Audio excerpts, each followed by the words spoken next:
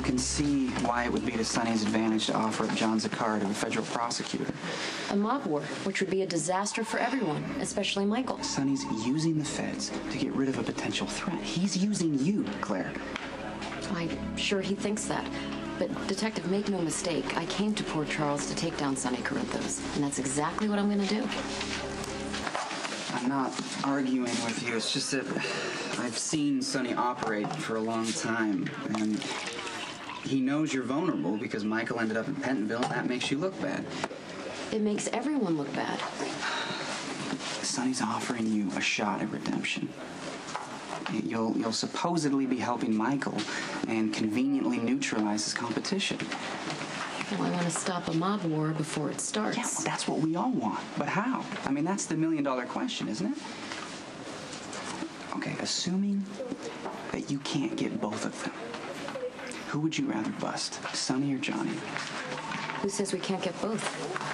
Sonny has to be well aware that I'd be able to double-cross him. Yeah, and then he said he had no choice but to trust you and looked you straight in the eye, right? He is very compelling, yes. If I were a juror, I might be swayed. But I know his act. I'm not impressed by him. I've only known 2 women who can hold their own against Sonny, okay? One is my cousin Carly, and it cost her 4, count them, 4 marriages to the guy, along with years of pain and at least 1 major nervous breakdown. And the only other woman who seems completely immune to Sonny is Diane Miller. Diane Miller, whom I have a lot of respect for, and she has to know deep down, the way I do, what a dangerous criminal he is. Look, the thing that you have to understand about Sonny is that he's not 100% bad. He can be generous and kind. He does a lot of great things in this community with no fanfare at all. He genuinely loves his children, and he tries his best to be a good father. And he really did have a childhood that would break anyone's heart. That's how he draws women in. They think they can save him. I don't want to save Sonny Corinthos. I want to put him away, 20 to life. All right, well, just know that you'll be wading through emotional quicksand. And it's taken down many women before you. You know, perhaps none of these women saw what I saw during the trial. A brutal killer who got his son mixed up in a cover-up. Someone who believed that he could game the system, who had no intention of going to jail. I mean, I really believe that he thinks that a jet would have been waiting for him to fly off to South America even if he was found guilty. Not to mention the impossible position he put Michael in, or Dante, who he shot point blank in the chest. Sonny is a brutal, narcissistic thug who needs to be shut down. He really does, and if he really believes that he's playing me, let him. It's going to make my job a lot easier. You seem to know a lot about Sonny's personal life. He and my father are good friends. I've known him since I was pretty young. This is not going to turn out to be one of those mysterious conflicts of interest, is it? No. No, I don't have a problem building a case against Sonny as long as it's by the book. It will be, I assure you. Just be careful, Claire, because Sonny and Johnny are both unstable, but they're good at what they do. I mean, Sonny has more power and the advantage of years of experience, but Johnny seems to have unexpected resources, and the guy's got nothing to lose. Thanks. I'm going to keep it in mind. I have a lot of calls to answer, but maybe we can continue our discussion over drinks sometime. Sure. Yeah, it'd be nice. Yeah, in the park, by the swings, you know, with the kids running around. Sorry. Okay, I'm leaving. Okay. Lucky, please send your secretary back to work. I need your full attention.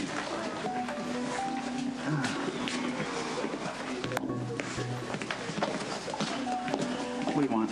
I'm working. Why on earth won't you allow Elizabeth to move to Windermere? Promise? Now, Elizabeth is too fragile emotionally and physically. She works long hours. She barely sees the 2 children she already has, and she has certainly not shown any regard for my great-grandchild. And I believe you are the reason. I never said I wouldn't allow Elizabeth to move into Windermere. In fact, I said just the opposite. I never dreamed that you would take out your hatred of Nicholas on his unborn child. Are you even listening to me? I'm not taking anything out on anyone, okay? I don't get to decide where Elizabeth lives. My responsibilities are to Cameron and Jake, and that's it. No wonder Nicholas blames you for Elizabeth's irresponsible behavior. You can't stand the fact that that baby is not yours, and if she has a miscarriage, young man, it's your fault.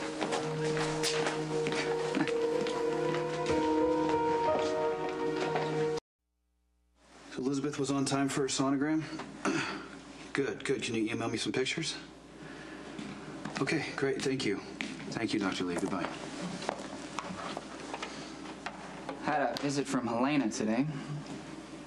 She seems to think I'm the one stopping Elizabeth from moving out here. Aren't you? In that passive-aggressive sort of way you're so good at? What the hell happened to you, Nicholas?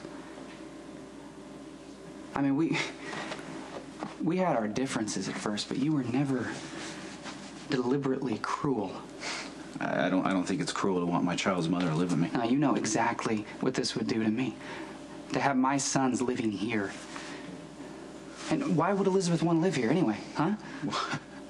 I mean, this place is nothing but bad memories. Emily died out here. You know, our friendship fell apart out here. And besides that, it's inconvenient for work. She's pregnant. She doesn't need to be going back and forth. She doesn't have to launch. work. She doesn't have to push herself to the point of exhaustion and jeopardize my child. But that's exactly what she's doing, because she's convinced herself that if she can drive me away, you'll go back to her.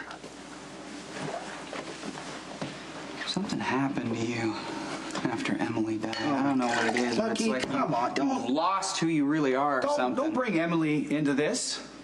Elizabeth and I had an affair. We did what millions of people do every day. We slept with someone we weren't supposed to and lied about it. It happened. Just like your affair with Maxie. It happened. But you know what? I am really tired of apologizing for it. All right, because Cassidines don't apologize. Isn't that right? I mean, being a prince literally means Lucky, never having to say you're Lucky, sorry. I've been apologizing to you for years. Begging you for your acceptance. My God, I named my firstborn child after you. Forget it. To hell with you. I'm not apologizing for who I am anymore. Turn this into some Spencer Cassidine feud, okay? The bottom line is, I have a child on the way, okay? And I will provide for it. You can be as mad at me as you want, but stay the hell out of my way or deal with the consequences. I am such an idiot. I really am. It's taken me until this moment right now to realize that no Spencer will ever truly accept me, not even my own mother. Don't bring Mom into this. I twisted myself into knots for you for years. Yeah, and you let us believe all along that you were nothing like your grandmother or your father or any of them. Again, I'm not apologizing for my birthright. I'm not. I actually let myself believe that it was better to be accepted by a Spencer than be true to myself. But I'm not taking second place anymore. I'm not deferring to you or anyone else in your family. Those days are over. Well, at least we're finally getting down to the truth of it. You know, some part of you has hated me all along. Forget the... Wait. Do you know what's sickening about this whole thing? I really did love you. I did. I did everything humanly possible to be a worthy brother to you. And you were. For a long time. And then you suddenly decided that your grief and confusion were so unique and profound that it justified you stabbing me in the back. No, hold on. Don't kid yourself, Lucky. You and Elizabeth were in trouble long before I came along. She had real questions about marrying. Yeah, and you never told me that.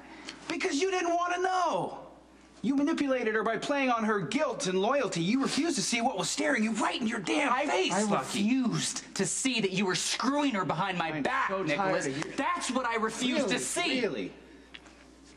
I had people dropping hints left and right. I had signs all over the place. And I refused to see what was staring me right in the face because I loved you, because you were my brother. I refused to see that you're a treacherous, lying bastard without a moral bone in your body. But it's not surprising, is it? I mean, your father kidnapped our mother, Oh, well, held don't her go there. captive, No, forced her to carry his own child. Don't talk about fathers who commit rape. That's one fight you can't win.